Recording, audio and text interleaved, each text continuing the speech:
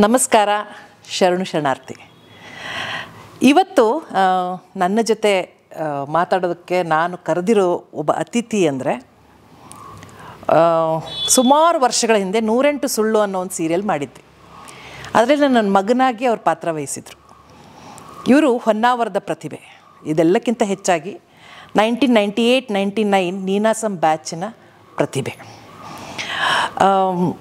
Emotional character ಆಗಿರ್ಬೋದು, comedy character ಆಗಿರ್ಬೋದು, sentimental character ಆಗಿರ್ಬೋದು, ಸೀರಿಯಸ್ ಕ್ಯಾರೆಕ್ಟರ್ ಆಗಿರ್ಬೋದು, ಎಂಥದ್ದೇ ಪಾತ್ರ ಕೊಟ್ಟರು ಸೈ ಅಂತ ಅನ್ನಿಸ್ಕೊಂಡಿರುವಂಥ ಒಬ್ಬ ಪ್ರತಿಭಾನ್ವಿತ. ನನಗೆ ಅವ್ರ ಜೊತೆ ಅಸೋಸಿಯೇಟ್ ಆಗಿರೋದು ಯಾಕಂದರೆ ಸುಮಾರು ವರ್ಷಗಳ ಮೇಲೆ ನಾನು ಅವ್ರನ್ನ ಭೇಟಿ ಆಗ್ತಾಯಿದ್ದೀನಿ. ಅವರು ಜೀವನ ನೋಡೋ ರೀತಿ, ಶೈಲಿ ತುಂಬ ಬೇರೆ ಆಗಿದೆ. ಹಾಗಾಗಿ ಅವ್ರ ಜೊತೆ ಮಾತಾಡಬೇಕು ಅಂತ ಅನ್ನಿಸ್ತು. ಸೊ ನಾನು ಇವತ್ತು ಮಾತಾಡ್ತಾ ಇರೋದು ಕಿರಣ್ ನಾಯಕ್ ಅವ್ರ ಜೊತೆಗೆ. ನಮಸ್ಕಾರ ನಾಯಕ್ರೆ. ನಮಸ್ಕಾರ. ನಾವು ನಾಯಕರಂತೆ ಕರೆಯೋದು, ಯಾಕಂದರೆ ಕಿರಣ್ ನಾಯಕರಂತ ಗೊತ್ತು, ಬಟ್ ರೂಢಿ ಇರೋದು ನಾಯಕ್ ಅಂತಾರೆ. ಹೆಂಗಾದರೂ ಕರೀ, ತೊಂದರೆ ಇಲ್ಲ. ಸುಮಾರು 12 ವರ್ಷ ಆಯ್ತು ಅನಿಸುತ್ತೆ. 108 ಸುಳ್ಳು ಆದಮೇಲೆ ಈಗಲೇ ಭೇಟಿ ಆಗ್ತಿರೋದು. ಹೌದು. ಬಟ್ ನನಗೆ ಭಾಳ ವರ್ಷ ಆಗಿದೆ ಅಂತ ನಂಗೆ ಅನ್ನಿಸ್ತಿಲ್ಲ, ಯಾಕಂದರೆ ಫೋನಲ್ಲಿ, ಆಮೇಲೆ ನಿಮ್ಮ ಈ ಸಿನಿಮಾ ಮತ್ತು ಟಿ ವಿ ಪರದೆ ಮೇಲೆ ಭಾಳ ಸರಿ ನೋಡ್ತಾ ಇರ್ತೀನಿ. ಭಾಳ ಖುಷಿ ಆಗುತ್ತೆ. ನನಗೂ ಅಷ್ಟೇ ಖುಷಿ ಆಗುತ್ತೆ. ನೀವು ಅಷ್ಟೇ ಬ್ಯುಸಿ ಆಗಿದ್ದೀರಾ. ನಾನು ಹಂಗೆ ಇಷ್ಟು ವರ್ಷ ಆಯಿತು ಭೇಟಿ ಆಗ್ತಾ ಇದ್ದೀವಿ ಅಂತ ಅನಿಸ್ತಾ ಇಲ್ಲ. ಹೌದು ಹೌದು. ಏನಂದರೆ ಅಲ್ಲಿಂದ 12 ವರ್ಷ ಆಯ್ತು. ಅವಾಗ ಅನ್ಸುತ್ತೆ ನೀವು 2011ನಲ್ಲಿ ಈ ಇಂಡಸ್ಟ್ರಿಗೆ ಬಂದಿದ್ದು. ಆವಾಗಿಂದ ನಿಮ್ಮ ಪ್ರಯಾಣ ಸ್ಟಾರ್ಟ್ ಆಗಿರೋದು. ಸುಮಾರು ಎಷ್ಟು ಸಿನಿಮಾಗಳು, ಎಷ್ಟು ಸೀರಿಯಲ್ ಆಯ್ತು ಈಗ? ಒಂದು 55 ಸಿನಿಮಾಗಳಲ್ಲಿ ಒಂದು 10-15 ಸೀರಿಯಲ್. ಸೆಂಚುರಿ ಬೇಗ ಬಾರಿಸ್ಬಿಡ್ರಿ ಅಷ್ಟೇ. ನಿಮ್ಮ ಆಶೀರ್ವಾದ. ಆಗುತ್ತೆ. ನೀನಾಸಂ ಅವ್ರದ್ದೊಂದು ಟಚ್ಚೇ ಬೇರೆ. ಆ ಆರ್ಟಿಸ್ಟ್ಗಳದೊಂದು ಅವರು ಅಂದರೆ ಎಂಥ ಪಾತ್ರ ಕೊಟ್ಟರು ಮಾಡ್ತಾರೆ. ಅದು ಡೈರೆಕ್ಟ್ರಿಗೂ ಒಂದು ಕಾನ್ಫಿಡೆನ್ಸ್ ಇರ್ತದೆ.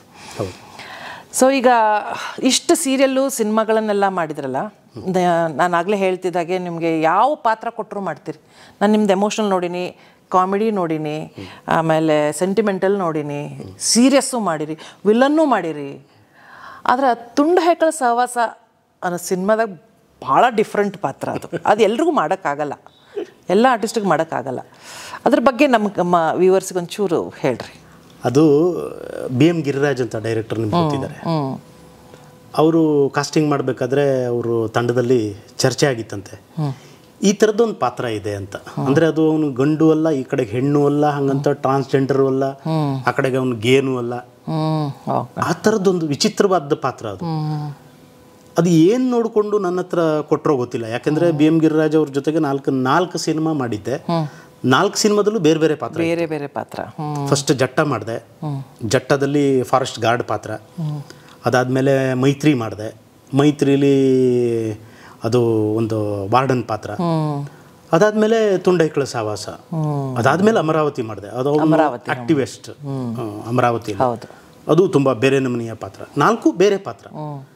ಅವ್ರಿಗೆ ನಂಬಿಕೆ ಏನಂದರೆ, ನಾನು ಥಿಯೇಟರ್ ಮಾಡ್ಕೊಂಡು ಬಂದಿದ್ದೀನಿ, ಮಾಡಿದ್ರೆ ಮಾಡ್ತಾರೆ ಇವರು, ಅವ್ರು ಮಾಡ್ಕೊಳ್ತಾರೆ ಇವರು ಅನ್ನೋದಕ್ಕೆ ಅವರು ನನ್ನ ಮೇಲೆ ನಂಬಿಕೆ ಇಟ್ಕೊಂಡು ಕೊಟ್ಟರು.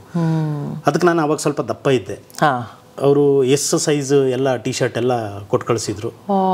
ಅದು ಹೊಟ್ಟೆ ಕಾಣಬಾರ್ದಲ್ಲ, ಕಡಿಮೆ ಮಾಡಬೇಕಿತ್ತು. ಆಮೇಲೆ ನಾನು ನಮ್ಮ ಸ್ನೇಹಿತರು ದಿನ ಬ್ಯಾಡ್ಮಿಂಟನ್ ಆಡೋದು, ತಯಾರಿ ಮಾಡಿಕೊಂಡು ಸಣ್ಣ ಆದೆ.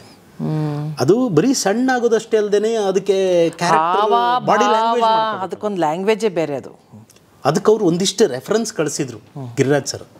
ಯಾಕಂದರೆ ಇದನ್ನೊಂಚೂರು ಈ ಥರದ್ದು ಬೇಕು, ಈ ಥರದ್ದು ಲುಕ್ಕು ಈ ಥರದ್ದು ಇರಬೇಕು ಅಂತಂದರು.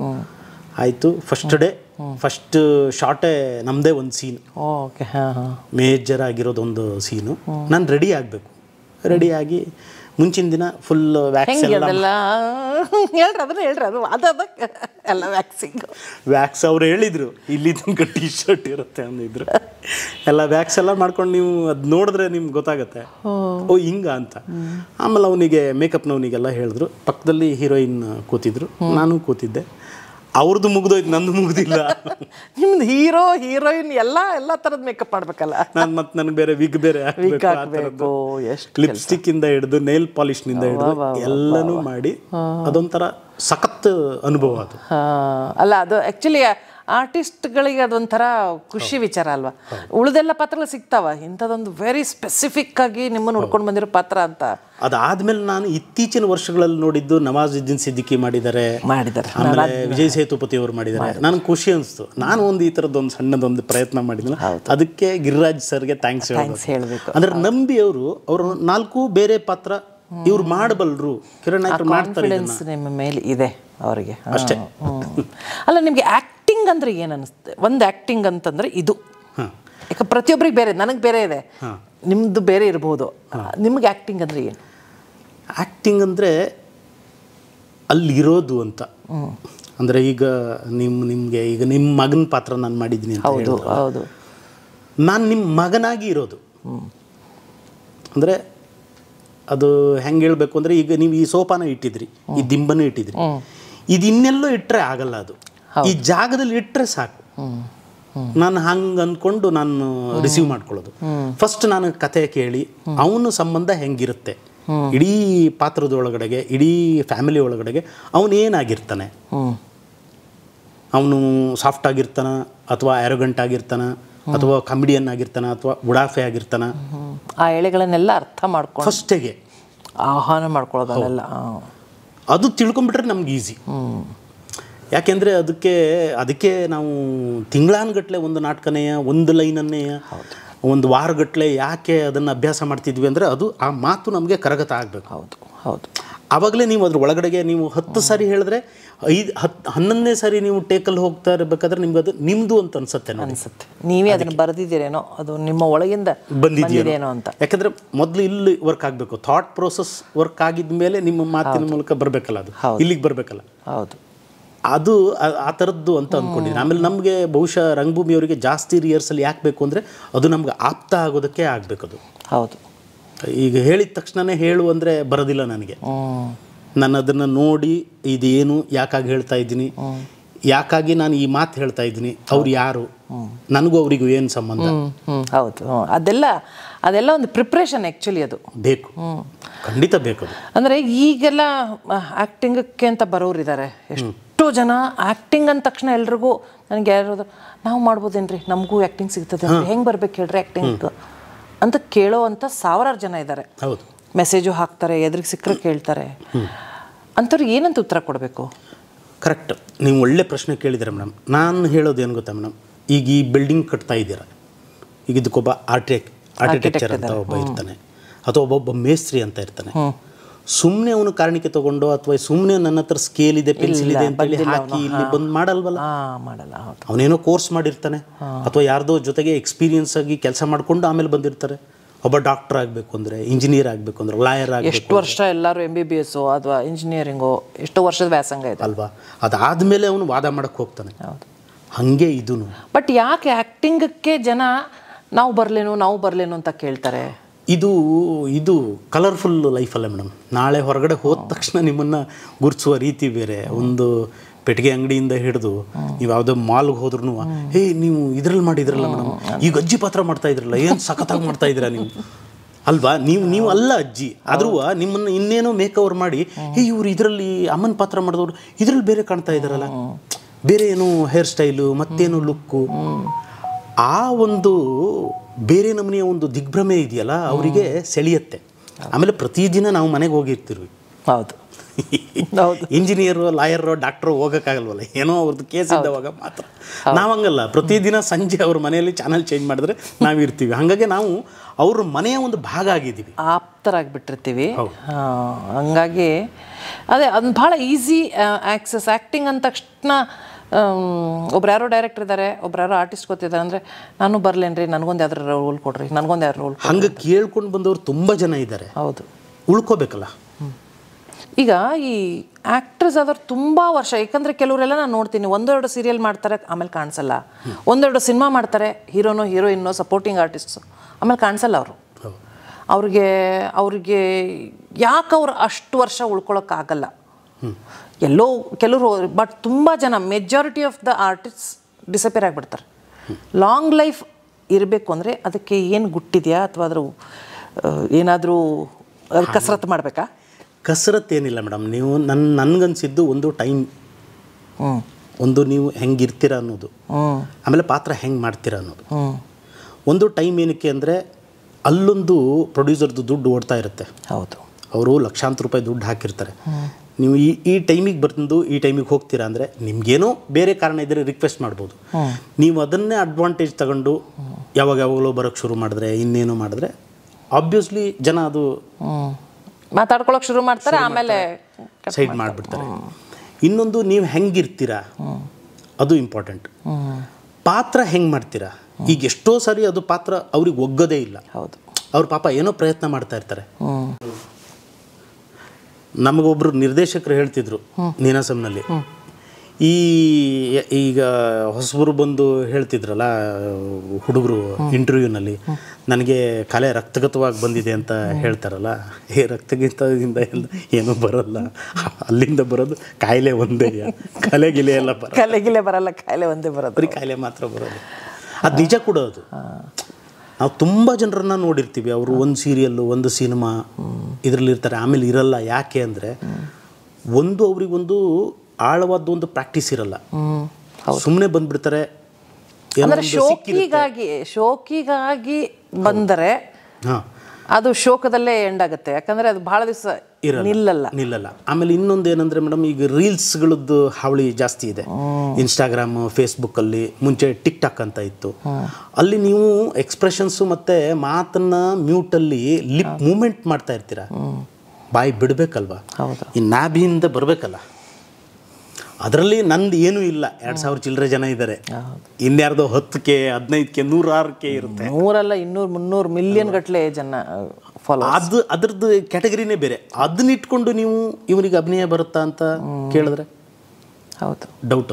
ಅದಲ್ಲ, ಅದೇ ಬೇರೆ, ಇದೇ ಬೇರೆ. ಅದಕ್ಕೆ ನೋಡಿ, ಅದು ಫಸ್ಟ್ ಎಂಟರ್ಟೈನ್ ಮಾಡ್ತಿದ್ರು, ಎಲ್ಲ ಮೀಡಿಯಾದವರು ಎಂಟರ್ಟೈನ್ ಮಾಡ್ತಿದ್ರು. ಈಗ ಕೆಳಗಡೆಗೆ ಒಂದು ಹಾಕಿರ್ತಾರೆ ಯಾವುದೋ ಪ್ರೊಡಕ್ಷನ್ ಹೌಸ್ನವರು, ಟಿಕ್ ಟಾಕು ರೀಲ್ಸ್ ವಿಡಿಯೋಗಳನ್ನು ಕಳಿಸ್ಬೇಡಿ ಅಂತ. ಹೌದು, ನೋಡಿದ್ದೀನಿ ಸುಮಾರು ಕಡೆ. ಯಾಕೆ ಅಂದರೆ ಅದು ಅವ್ರಿಗೆ ಅನುಭವಕ್ಕೆ ಬಂದಿದೆ.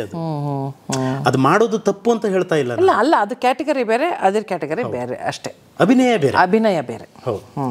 ಅಭಿನಯದಲ್ಲಿ ಏನೇನು ಇರುತ್ತೆ ನಿಮ್ಮ ಪ್ರಕಾರ? ಅಭಿನಯ ಅಂತಂದ್ರೆ ಆಫ್ಕೋರ್ಸ್ ಡೈಲಾಗ್ ಡೆಲಿವರಿ ಇರುತ್ತೆ, ಮತ್ತಿನ್ನೇನಿರುತ್ತೆ, ಪಾತ್ರಗಳ ಸಂಬಂಧ ಇರುತ್ತೆ, ಸಂಬಂಧಗಳು. ಆಮೇಲೆ ಅವನು ಏನಕ್ಕಾಗಿ ಮಾತಾಡ್ತಾನೆ ಅನ್ನೋದು ಆ ಮಾತುಗಳಲ್ಲಿ ಇರುತ್ತೆ. ಅದು ನಂದು ಅಂತ ಮಾಡ್ಕೋಬೇಕು ನಾನು. ಈಗ ನಿಮ್ಮ ಅಮ್ಮ ನಾನು ಮಗ ಪಾತ್ರ ಮಾಡ್ತೀನಿ ಅಂದರೆ, ನಾನು ಇವತ್ತು ಯಾವ ಮನಸ್ಥಿತಿಯಿಂದ ಬಂದಿದ್ದೀನಿ, ಕಾಲೇಜಿಂದ ಬಂದಿದ್ದೀನಿ, ಅಥವಾ ಆಟೋ ಓಡಿಸ್ಕೊಂಡು ಬಂದಿದ್ದೀನ, ಅಥವಾ ನಿಮ್ಮ ಮೇಲೆ ಏನಾದರೂ ಹರಿಹಾಯಕ್ಕೆ ಬಂದಿದ್ದೀನ, ಅಥವಾ ಪ್ರೀತಿಯಿಂದ ಇನ್ನೇನೋ ವಿಷಯನ ತೆಗಿಯಕ್ಕೆ ಬಂದಿದ್ದೀನಿ. ಇದೆಲ್ಲ ಬ್ಯಾಕ್ಗ್ರೌಂಡಲ್ಲೆಲ್ಲ ಇರಬೇಕು. ಆಮೇಲೆ ಅವನು ಏನು ಬಟ್ಟೆ ಹಾಕ್ಕೊಂಡಿರ್ತಾನೆ, ಅಥವಾ ಹೆಂಗೆ ಕಾಲ ಮೇಲೆ ಕಾಲು ಹಾಕ್ಕೊಂಡು ಕೂತ್ಕೊಳ್ತಾನೆ, ಆಮೇಲೆ ಬಾಡಿ ಲ್ಯಾಂಗ್ವೇಜ್ ಅಂತ ಅವನು ಗೊತ್ತಿರಬೇಕು. ಹೌದು, ಅವ್ನು ಯಾವಾಗಲೂ ಹಿಂಗೆ ಆಡ್ತಾ ಇರ್ತಾನ, ಅಥವಾ ಸೈಲೆಂಟಾಗಿ ಹಿಂಗೆ ಇರ್ತಾನ. ಹೌದು, ಎಲ್ಲ ನಾನು ಅಲ್ಲದ್ದು ಆ ಪಾತ್ರ ಆಗಬೇಕು. ಎಕ್ಸಾಕ್ಟ್ಲಿ. ನಂದು ಆ್ಯಕ್ಚುಲಿ ಸಾಫ್ಟ್ ನೇಚರ್, ಆಮೇಲೆ ಸ್ವಲ್ಪ ಆರಾಮಾಗಿರುವಂಥ ಮನುಷ್ಯ ನಾನು. ನನಗೆ ಈ ಸಿಟ್ಟು ಸೆಡ್ಕು ಇವೆಲ್ಲ, ನಾನು ಅದೇ ಹೇಳ್ತಿದ್ನಲ್ಲ ನಿಮಗೆ, ನನಗೆ ಯಾವುದೇ ಪ್ರೊಡಕ್ಷನ್ ಇವ್ರ ಜೊತೆಗೆ ನಂದು ಯಾವತ್ತೂ ಜಗಳನೇ ಆಗೇ ಇಲ್ಲ. ನನಗವರು ನನ್ನನ್ನು ಹಾಗೆ ನೋಡಿಲ್ಲ, ಬಹುಶಃ ಆ ಥರದ್ದು ನನಗೂ ಆ ಥರದ್ದು ಸಂದರ್ಭ ಬಂದಿಲ್ಲ. ಅದು ಏನು ಗುಟ್ಟು ನಮಗೂ ಸ್ವಲ್ಪ ಹೇಳ್ಕೊಡ್ರಲ್ಲ ನಮಗೆ. ಯಾಕೆ ಅಂದರೆ ಬರ್ತೈತಿ ಸಿಟ್ಟು, ಜಗಳಾಡಲ್ಲ, ಬಟ್ ಸಿಟ್ಟು ಬರ್ತೈತಿ. ನಾನು ಆ ಥರದ್ದಕ್ಕೆ ಹೋಗೋದೇ ಇಲ್ಲ. ನೀವು ಎಷ್ಟು ಹೊತ್ತಿಗೆ ಕರಿತೀರಾ ಬರ್ತೀನಿ, ನಂದು ಏನು ಕೆಲಸ ಇದೆಯೋ ಫೋಕಸ್ಡ್ ಆಗಿರ್ತೀನಿ. ನಾನು ಈಗೀಗ ಇತ್ತೀಚೆಗೆ ಮೊಬೈಲ್ ನೋಡ್ತಾ ಇರೋದು. ಇಲ್ಲಾಂದ್ರೆ ನಾನು ಮೊಬೈಲ್ನ ನಾನು ಬ್ಯಾಗ್ ಒಳಗಡೆಗೆ ಇಟ್ಟು ಬಿಡ್ತಿದ್ದೆ. ನಾನು ಮೊಬೈಲೇ ನೋಡ್ತಿರ್ಲಿಲ್ಲ. ಪುಸ್ತಕ ತೊಗೊಂಡು ಹೋಗ್ತಿದ್ದೆ, ಈಗೆಲ್ಲ ಪುಸ್ತಕ ತೊಗೊಂಡು ಹೋಗ್ತಾ ಇಲ್ಲ. ಈಗ ಸ್ವಲ್ಪ ರೀಲ್ಸ್ ಓದೋರು, ನೀವು ತುಂಬ ಓದೋರು. ಈಗಿಲ್ಲ, ಈಗ ಅದು ಬಹುಶಃ ನಾನು ಒಬ್ಬನೇ ಆಗ್ಬಿಡ್ತೀನಿ ಆವಾಗ. ಅದು ಒಂಥರ ಈಗ ಭಯ ಆಗುತ್ತದೆ. ಹೌದು. ಈಗ ನೀವು ಒಬ್ಬರೇ ಕೂತಾಗ, ಅಂದರೆ ನೀವು ಇಷ್ಟು ಹೊನ್ನಾವರದಿಂದ ನಿಮ್ಮ ಪ್ರಯಾಣ ಶುರು ಮಾಡಿ ಅಲ್ಲೆಲ್ಲ ಇಲ್ಲಿ ಬಂದು ಅಲ್ಲ ನೀನಾಸಂ ಮಾಡಿ ಇಷ್ಟೆಲ್ಲ ಸಿನಿಮಾ ಸೀರಿಯಲ್ಗಳು ಮಾಡಿರಿ, ಯಾವಾಗಲೇ ನೀವು ಒಬ್ಬರೇ ಕೂತಾಗ ನಿಮ್ಮ ಬಗ್ಗೆ ನಿಮಗೆ ಹೆಮ್ಮೆ ಆಗುತ್ತೆ? ಯಾವ ಕಾರಣಕ್ಕಾಗುತ್ತೆ? ಏನೋ ನೆನೆಸ್ಕೊಂಡು ಇರುತ್ತೆ ಎಲ್ಲರಿಗೂ. ಹೌದಪ್ಪ, ನಿಮ್ಗೆ ಪಾಪ್ಯುಲರ್ ಆಗಿರಿ, ಜನ ಗುರ್ತು ಹಿಡಿತಾರೆ, ಅದು ಓಕೆ, ಅದು ಅರ್ಥ ಆಗುತ್ತೆ. ಅದು ಬಿಟ್ಟು ನಿಮಗೆ ಒಳಗಡೆ ನಿಮ್ಮ ಮನಸ್ಸಲ್ಲಿರುತ್ತೆ, ಈ ಒಂದು ಕಾರಣಕ್ಕೋಸ್ಕರ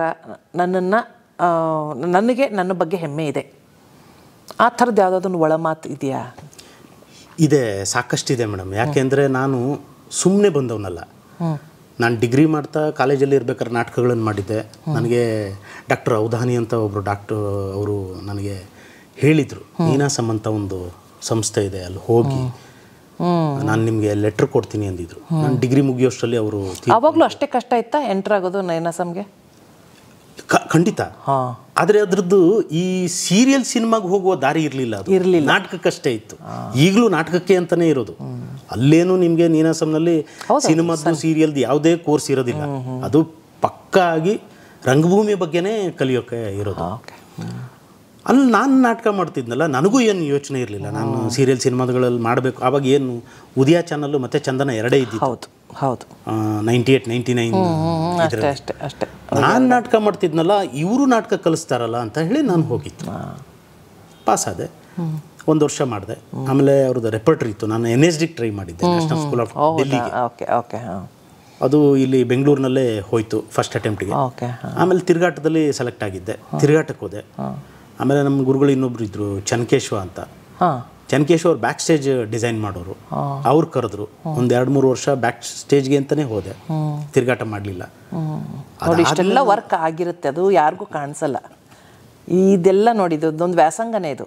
ಹೌದು, ನೀವು ಅವಾಗಲೇ ಮೇಸ್ತ್ರಿ, ಇಂಜಿನಿಯರು, ಡಾಕ್ಟರ್ ಅಂತ ಹೇಳಿದ್ರಲ್ಲ, ಇದು ನಮ್ಮ ರೀತಿಯಲ್ಲೇ ಆಗಿರುತ್ತೆ ಇದು. ಹೌದು ಹೌದು. ಅದು ಮುಗಿಸ್ಕೊಂಡೆ. ಆಮೇಲೆ ನಾನು ಬೆಂಗಳೂರಿಗೆ ಬಂದಿದ್ದು.